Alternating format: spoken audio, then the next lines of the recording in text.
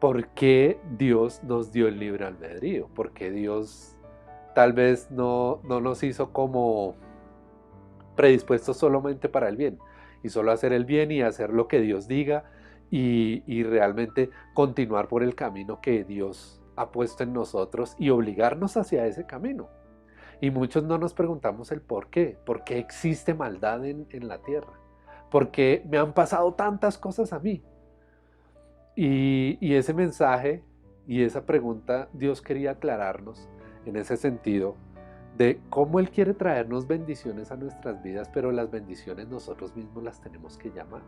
Y tenemos que ser merecedores de esas bendiciones. Eso es lo que Dios quiere mostrarte hoy.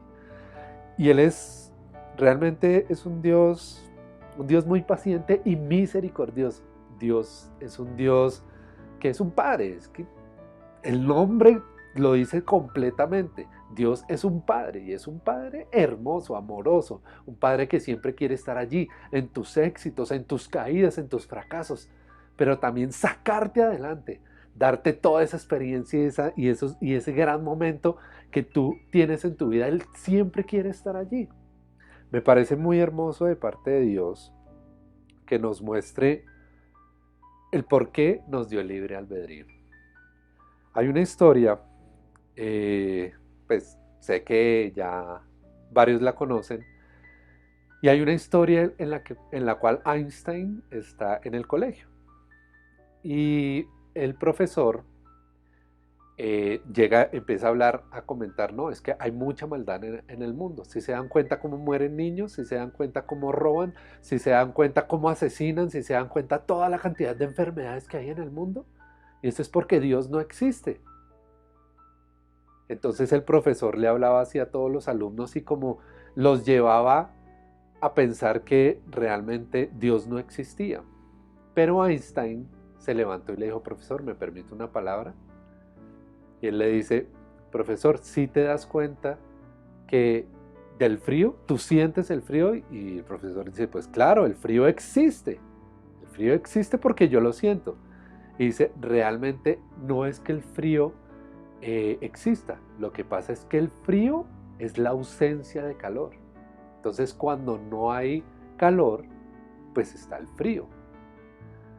Y Einstein lo que hizo fue llevar a pensar al profesor de cierta manera en la cual le dice, lo que pasa con Dios es que cuando las personas están alejadas de Dios es donde están las enfermedades, es en donde están las muertes, los asesinatos, los robos, todo ese tipo de situaciones, pero porque las personas están alejadas de Dios. Entonces esta historia lo que hace es traerme y pues traer a mi pensamiento es la importancia del libre albedrío, y la importancia del libre albedrío conlleva a que de acuerdo a mis decisiones o yo me acerco o me alejo de Dios. Y la pregunta es, ¿tú qué decisiones estás tomando? ¿Estás tomando las decisiones que te acercan a Dios o estás tomando las decisiones que te alejan de Dios? Porque tú no sabes. Uno puede tomar unas decisiones donde no esté en Dios, pero eso es como una ruleta rusa. Es como iniciar un viaje en el mar sin conocer las condiciones climáticas, sin conocer nada. Sería al azar. Al azar puede llegar la muerte, al azar puede llegar las enfermedades, al azar pueden suceder muchas cosas. Pero cuando tú tomas decisiones y las decisiones adecuadas para estar cerca de Dios, pues tú vas a tener el éxito garantizado. Y es garantizado porque Dios lo promete. Dios quiere bendecir a sus hijos. Dios quiere estar allí. Y cuando Dios está allí junto a ti, Él quiere llevarte por el buen camino. No significa que Él vaya a caminar por ti y Él vaya a hacer las actividades por ti. No, Él te va a retar. Y van a haber situaciones difíciles, van a haber situaciones en las cuales tengas que crecer en carácter, tengas que crecer en madurez, tengas que crecer en fe. Pero ese crecimiento te va a llevar al éxito que Dios tiene para ti. De eso se trata el libre albedrío. De eso se trata. Yo me acuerdo cuando conocí a mi esposa y mi esposa, pues la verdad, mi primera impresión con mi esposa fue que mi esposa es una mujer hermosísima y realmente a mí me pareció muy linda, pero empezamos como ese coqueteo, el ven, te invito a cenar, ven, hagamos tal actividad, estemos juntos y empezamos esa relación entre los dos. Y fue así como fue creciendo ese sentimiento entre los dos y fue creciendo hasta un punto en donde yo pues pedí su mano en matrimonio. Y yo estaba feliz porque yo veía que mi esposa respondía al amor que yo le manifestaba.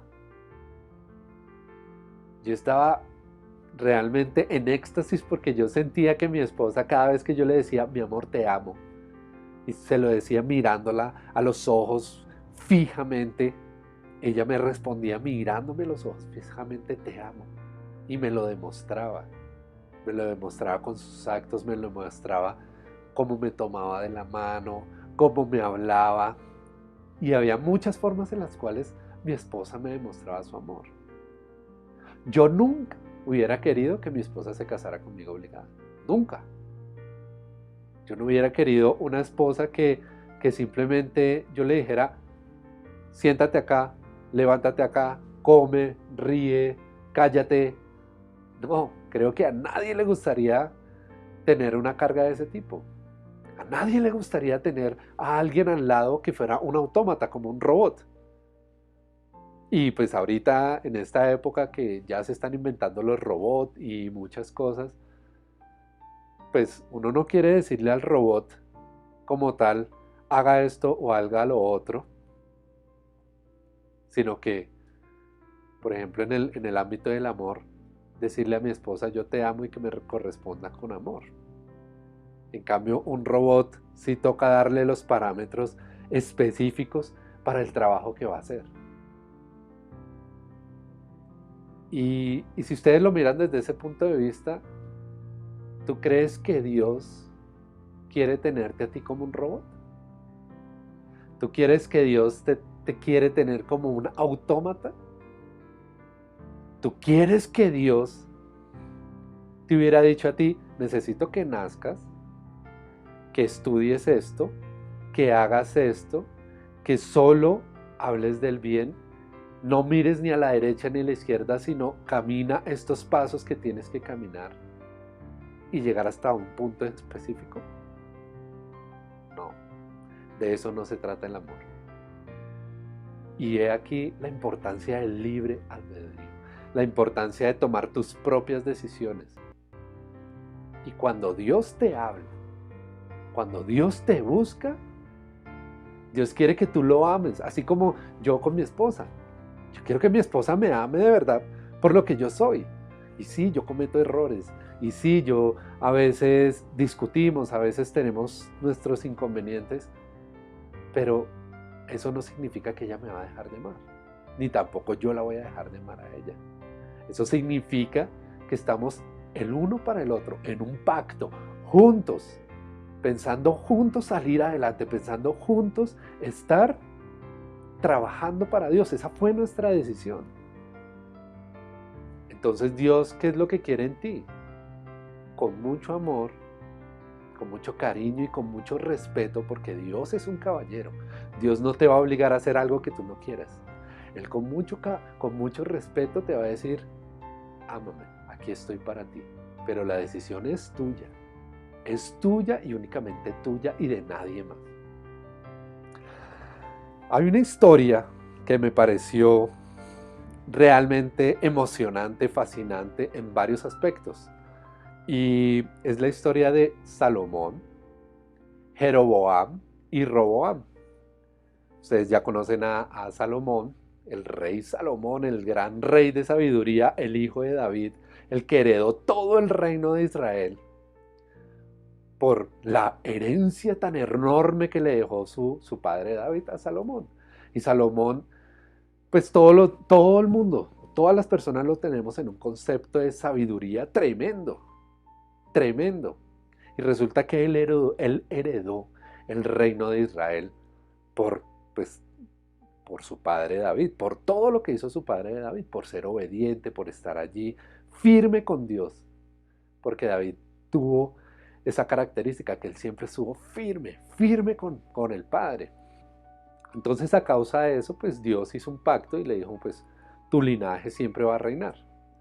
Entonces empezó a reinar Salomón. Dios le preguntó, ¿tú qué quieres, Salomón? Pídeme lo que quieras. Y le dijo, dame sabiduría para gobernar a tu pueblo. Esa era la respuesta que buscaba Dios en un rey. Esa era la respuesta y fue cuando Dios le dijo, no, tú vas a crecer, vas a ser un hombre próspero en todos los aspectos, vas a tener sabiduría, bueno, en fin. Pero, ¿qué pasó con el tiempo? Resulta que Salomón, dentro de su sabiduría, él empezó a hacer pactos políticos con otros reinos alrededor. Y empezó a casarse con las princesas de los diferentes reinos para hacer crecer su reino y realmente lo que buscaba eran pactos de paz y también de ofrenda, que los otros reinos también trayeran ofrendas al reino de Israel y que éste prosperara, creciera, en fin. Pero él dentro de su sabiduría cometió un terrible, terrible error. Y es que desde el principio Dios siempre le dijo a su pueblo de Israel, traten de no tener o casarse con mujeres externas a su pueblo. Traten de no hacerlo. Y él sabía por qué lo decía. Porque aquellas mujeres traían costumbres y traían dioses y traían cosas que no eran de Dios. E imagínate, Salomón se casó con 700 mujeres. Yo no sé ese hombre a qué horas tenía tiempo, pero se casó con 700 mujeres y no solo tenía 700 mujeres esposas, sino que aparte de eso tenía 300 mujeres concubinas, o sea, tenía 1000 mujeres en todo su harem. Tenía tiempo para todo, ese era muy diligente. Pero bueno, resulta que Salomón estaba construyendo unos terraplenes y estaba arreglando algunas puertas en una parte del reino. Y allí él tenía un siervo. El siervo se llamaba Jeroboam. Resulta que este siervo era muy diligente, se movía, hacía todo lo que tenía que ser muy rápido y Salomón se dio cuenta de eso y dijo, uy, yo tengo que poner a Jeroboam como, eh, como la persona que va a gobernar esa parte del reino para que pues, la gobierne de manera correcta. Entonces Jeroboam empezó pues, a trabajar y a ser un siervo fiel y a trabajar muy bien. Dentro del proceso de Salomón con sus esposas, resulta que una esposa, pues varias esposas, él permitió crear templos, crear ídolos, crear cosas que no eran permitidas por Dios. Inclusive algo peor pasó, y es que Salomón empezó a adorar una diosa que le había traído una esposa. Y pues Dios obviamente se entristeció. Dios se puso muy triste y dijo, pero ¿qué pasó, Salomón? ¿Qué pasó contigo? Y ahí fue cuando Dios le dijo a Salomón, Salomón, tú rompiste mi pacto. Y por haber roto mi pacto, le daré el reino a uno de tus siervos. En ese instante, Jeroboam, que era el siervo que les comentaba que era diligente y demás, estaba por el reino caminando y se encontró un profeta. Y el profeta tenía una capa nuevecita, dice la Biblia, tenía una capa nueva. Y le dijo Dios al profeta, divide la carpa en 12 partes. Y él, pues muy diligente, nuevecita y todo, le tocó cortarla, la cortó en 12 partes. Y de esas 12 partes le dio 10 partes a Jeroboam. Y le dijo, Dios va a dividir el reino y te va a entregar estas 10 partes a ti, para que tú las gobiernes. Y Jeroboam pues no lo creía y decía, bueno, pues Señor, que se haga tu voluntad. Y es así que en algún momento Salomón se dio cuenta que Dios le había hablado a Jeroboam y que lo iba a poner al frente del reino. Entonces Salomón lo que hizo fue intentar asesinar a Jeroboam. Jeroboam en ese aspecto, lo que hizo fue salir corriendo y se fue a vivir a Egipto un tiempo. Y se fue allá, a vivir a Egipto. Con el tiempo, Salomón, pues ya en sus últimos días, falleció y dejó de heredero a Roboam, su hijo. Entonces Roboam ya tomó el cargo de rey de Israel y demás. Cuando Jeroboam se enteró de eso, pues él volvió de Egipto y llegó y habló con Roboam y le dijo, rey, tu padre puso cargas muy fuertes en nosotros, nos puso grandes impuestos, nos puso realmente una carga de trabajo muy pesada. Si tú las alivias, te seremos fieles. Entonces Roboam, dentro de su sabiduría, e hijo de Salomón, él fue y primero le consultó a los ancianos. Y los ancianos le dijeron, no, pues si tú haces lo que ellos te están pidiendo, realmente ellos te van a seguir siendo fieles. Ellos te van a seguir siendo fiel. Hazlo así. Pero Roboam, en vez de seguir ese consejo, fue y le preguntó a los amigos con los que él creció. Oiga, muchachos, ¿ustedes qué creen que yo debería haber hecho acá? Y lo que le dijeron ellos, no, pues si tu papá les puso ese yugo así fuerte, pues tú ponles un yugo más fuerte. Y resulta que, pues, Roboam lo que hizo fue ponerles un yugo más fuerte y Jeroboam entró en rebelión con las 10 tribus que Dios había puesto a cargo de Jeroboam. Es así como ahí es donde el reino de Israel se dividió. Quedó el reino de Judá y el reino de Israel, con las 10 tribus que Dios le prometió a Jeroboam. Imagínate la promesa tan tremenda que Dios le dio a Jeroboam. Si tú eres fiel en lo que te doy, sigues mis mandatos, eres obediente, te daré todo lo mismo que le di a mi siervo David. Haré que tu descendencia crezca. Haré que tú y tu descendencia reinen por siempre. O sea, le dio realmente una promesa enorme, enorme, gigante, tremenda. Pero, ¿qué hizo Jeroboam? Cometió un error fatal. Resulta que él, por estar viendo a Roboam, al rey de Judea, como el reino de Judea pues tenía su templo, él, por estar viendo a Roboam y estar, digamos, como en ese, como, como en esa contraparte contra ese reino, él, en vez de crear un templo, Jeroboam creó 2 templos. Y dijo, no, este es el templo de Dios, el Dios que nos sacó de Egipto.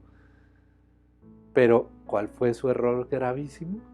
Fue que Jeroboam creó 2 corderos de oro, uno para cada templo.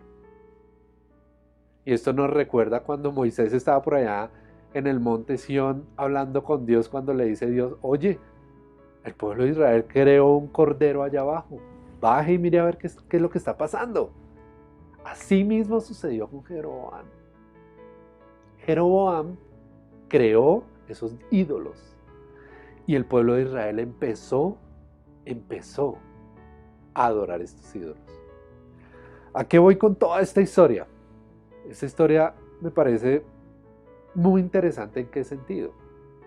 Tanto Roboam, hijo de Salomón, como Jeroboam ya tenían en su descendencia, o sea, en sus padres y demás, ya tenían ciertas tradiciones, ciertas costumbres que desde que nacieron la aprendieron. Y esas tradiciones y costumbres, ¿a qué los llevaron? A crear esos ídolos que Dios tanto odia. Y es aquí en donde ese libre albedrío lo usaron ellos, tomando las decisiones inadecuadas, tomando las decisiones equivocadas, solo por permitir seguir las creencias, por permitir seguir esas tradiciones familiares que no estaban bien en ellos. Porque yo me imagino que Roboam, el hijo de Salomón, pues Su madre de alguna manera venía con alguna tradición de alguna diosa y demás, y él lo que hizo fue apegarse a esa tradición de su madre. Y por eso terminó así el reino dividido y demás. Jeroboam, Dios le había dado una palabra, Dios le había dado una promesa. Pero, como él también venía de esas tradiciones, fue y puso un ídolo de oro. ¡Qué error tan fatal!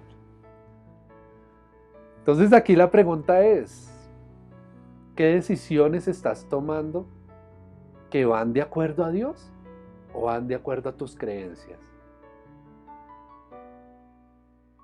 Porque yo también me pregunto y me preguntaba eso. Oye, ¿qué decisiones yo estoy tomando de acuerdo a las creencias que venían de mis padres? ¿Y será que realmente están bien esas creencias? ¿O será que no están bien esas creencias? ¿Cuál es la decisión acertada? Obviamente porque sus padres le comentan a uno cree que es verdad, uno cree que está bien. Y resulta que ellos también adoptaron esa creencia porque sus padres le dijeron, pero no sabemos si en algún punto hubo algún engaño de algún tipo, que terminaron 3, 4, 5, 6 generaciones engañadas. No lo sabemos.